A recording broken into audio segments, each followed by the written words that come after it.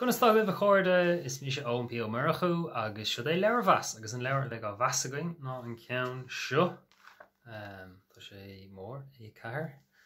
Conversations with Leabhar, Comhrá le Leabhar, Dante le Gabriel Rosenstock. Arna Ailshu ag 4C publications in association with cross-cultural communications.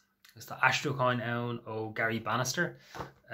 Near lay me more on than a Astrucáin Kirkian be fun out low agus we come a special here so let's see gin. Ach den quite small is bunna her na Dante fein a big me. Carclor K Leabhar Masha agus Kalatagesh and Gnusach show.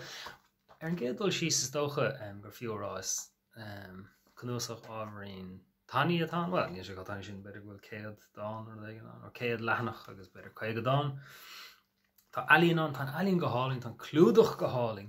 Is an céan tábhar as wisí dianta, ach tá cin alíon isca gahanan ó better charcoal nor daigen, dianta ag alíon tóir, vín sa gobar le Gary Bannister, Tanya Stokes Giminic, ach agus curnan an cúdra sais an dach sin Vanta Black, I gwine do gwine agus tan clúdach ní clúdach matatán ní sé lunarchach iradach tá sé mar bheith clúdach lunrach peintáilte rud éigen mat haris nar daigen ach bran sé ansveis ar fad tá sé nach mór clúvach ach ar bhealach sérge ach ar bhealach spéisiúil.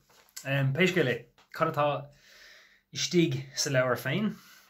Tá an Comhrá seo le Leabhar agus Comhrá le Leabhar tá nathagaing sa gaige ag Comhrá leis an más ag séithreú an bháis agus is cosú go raibh Gabriel Rosenstock ag séithreú an bháis sa bhliain 2019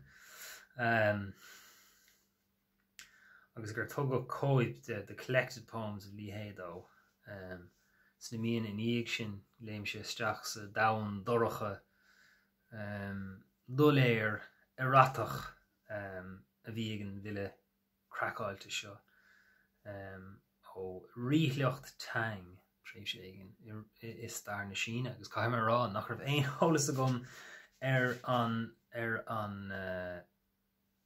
bhile sin agus tá rátas an seo ó fangs AQ ó UCD duine de bhun na Síne atá na hairánach airnach in is más bhfuil mo cuine agus tugann sé cóhéics ó duna dáanta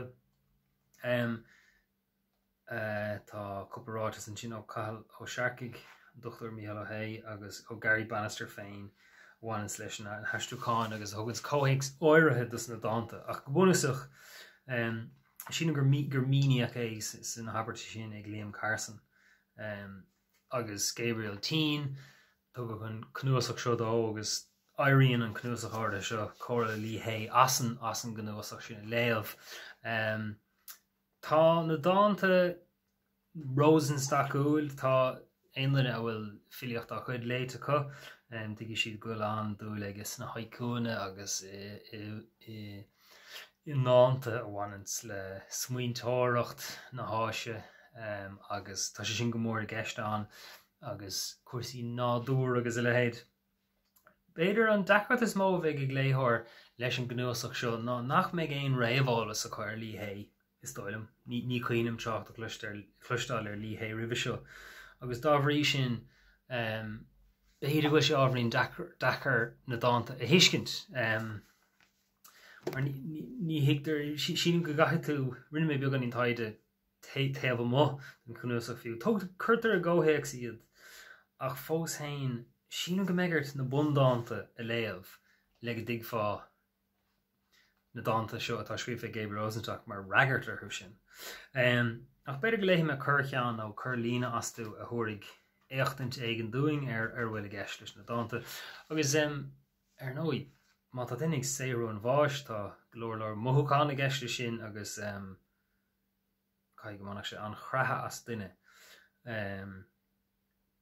Ach uaireanta ní is agam an bhuairmé an cratha mothúcánach nó ní is agam.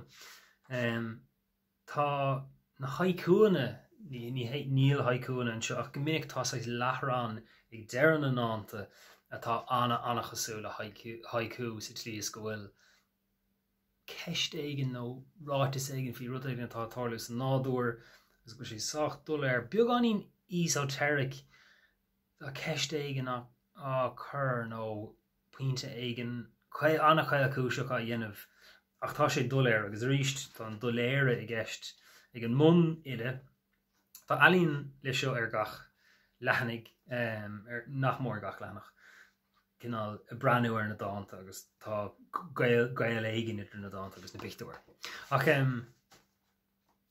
breanúid ar cúpla ceann na dáanta so seo cean na cíine dús an leabhar a hahan lom mar gur higus cad a bhí á rá beidir níos má ná dáanta eile ní fear anna bhór filiochta mé agus ní hén sanolí mise ach is fearlumm rudí nuair deartar iad ar bhealach in féice muisiúin Siúling a lí tusa is mise ag bailú misisiún gan síne si gomsa is gan gaige gotsa ach ar thugus fao riamh faoi dara gur geall le muisiúin iad focail na focail seo go léir gach focaildíomh an nochta mar ás éon ihe an drúcht ar gcónaí uaireanta siad na filiadrá lásacha agus iad sin amháin a ecin iad féin sa drúcht muisiúin dheala mar sin atá waing dáanta mar sin atá waing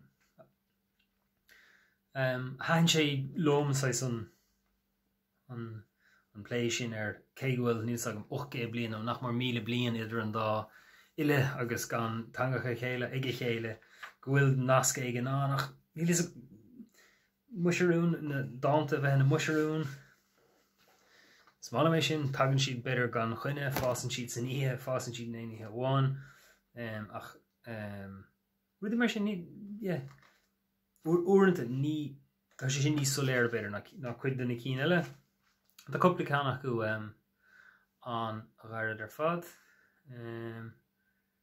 chuid is má go beidir bhfuil níos má de nó ceirlí na dé an tú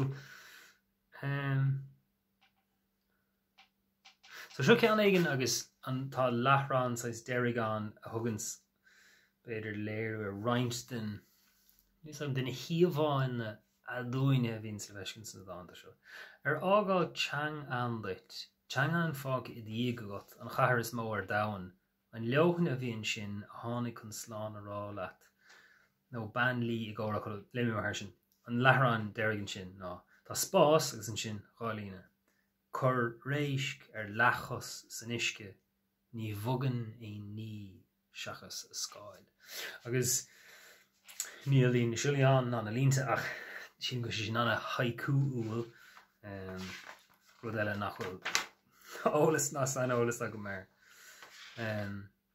gus a ríist an lethrán deirig do chuid siúlaí tachta ag gálaí an óir agus fágtar muid sais leis na ráta sin ar folún agus banan siad macala as an dahan a chruthítean ar nintan uaireanta nó uaireanta eile dumsa nílas go an digam catá á rá lo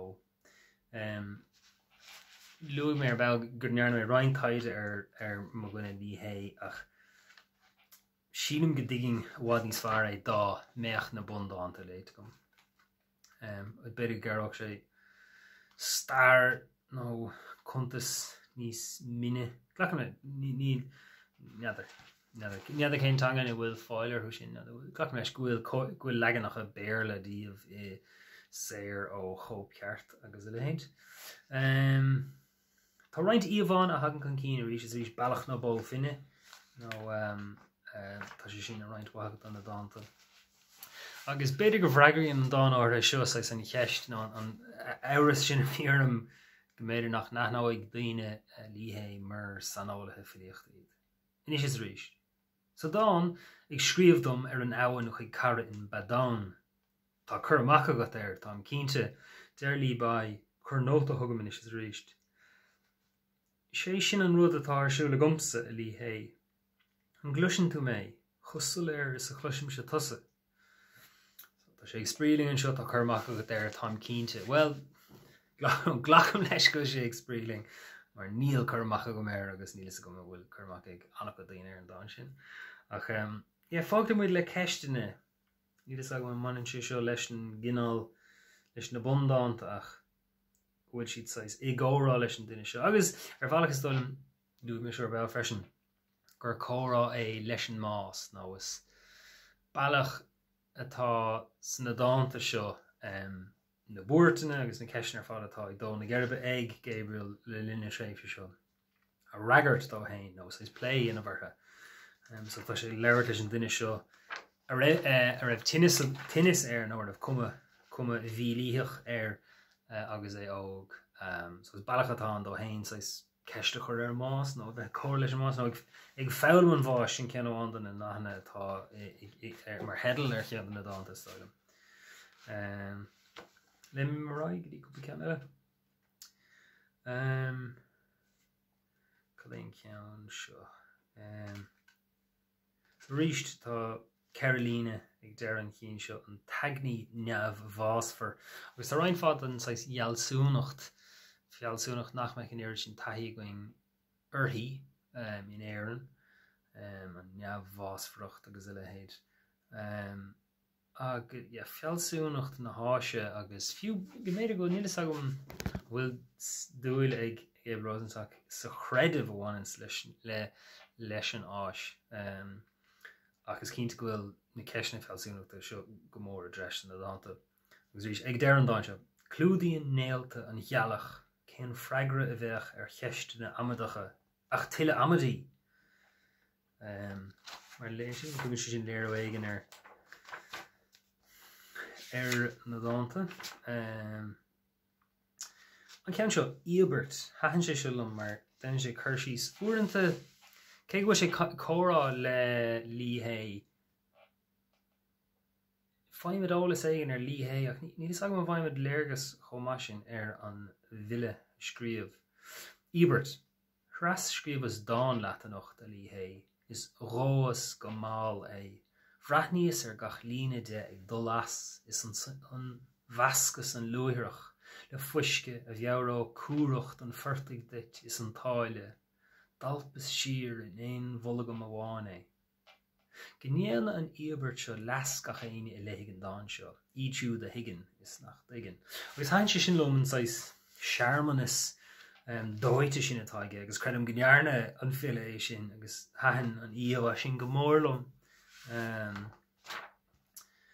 Cad eile tá going. So seo, beidir go léironn sé seo sais cuid den cáil na dáanta seo site tá siad a dúin tá sais timplach scamalach timp ortha. Braham Dacker graime áil ar cháanta dá lehéad. Scáilin na grán ar sceabh. Aimsíam I meas scáilin na grán ar sceabh. Ní a bhisagum gráhas do lurug, ní a bhisagum ná raibh isagum go ráhaise do a hachad. Lurgias ní hól de cheachtar a going cén ad is daimsías scáilin na grán ar sceabh. So ríist fillin sé ar an íomhá seo nó an rud sais adúin beag an níos á teirich den nádúir cad atá gceist leis ní is gom.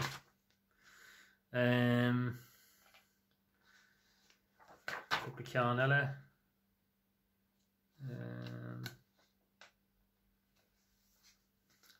Na dátas má hainil beidir ná na cín sin ina bhaimid blaise de bheann an ile Rosenstock. Agus uaireanta tá sé seo díre ar Leabhar. Sin tá ceanna an 7 nearcán tá sé bunathe ar gáin choríis níl an bundán ar olalas agam ach is joke atá gceist agus seanna joke tá gceist leis an dáin. Tá sé spéisiúil é sin I bheitán léirins cé ó granar atá rudaí cé gur dúraach é 8 blianain ó 1000 blianain. Joigh sibh 3 arcán ar maidin is ceirí arcán am thromnóna ar san fear raibh muncathe. Ní róthast a bhí na muncathe. Go deimhin bhíidir le ceangal, bégan ar na muncathe géile óibh. Tá go maith ar sé ceirí arcán ar maidin mar sin agus 3 cín am thromnóna. Agus le sin. Chuirte sin beidir roiint na dáanta de fáistí atá scríofa ag Gabriel agus beidir go léirh ar ma aspas sanolalis sin ilíocht ach banamán sult go Joe as an cnúsach sin frog better diameter. That's sore on this sin tan sin gomorlum. That's like fuim okkel agus ranta agus dúblóga uamacha agus slubal agus slabáil agus rudí dasa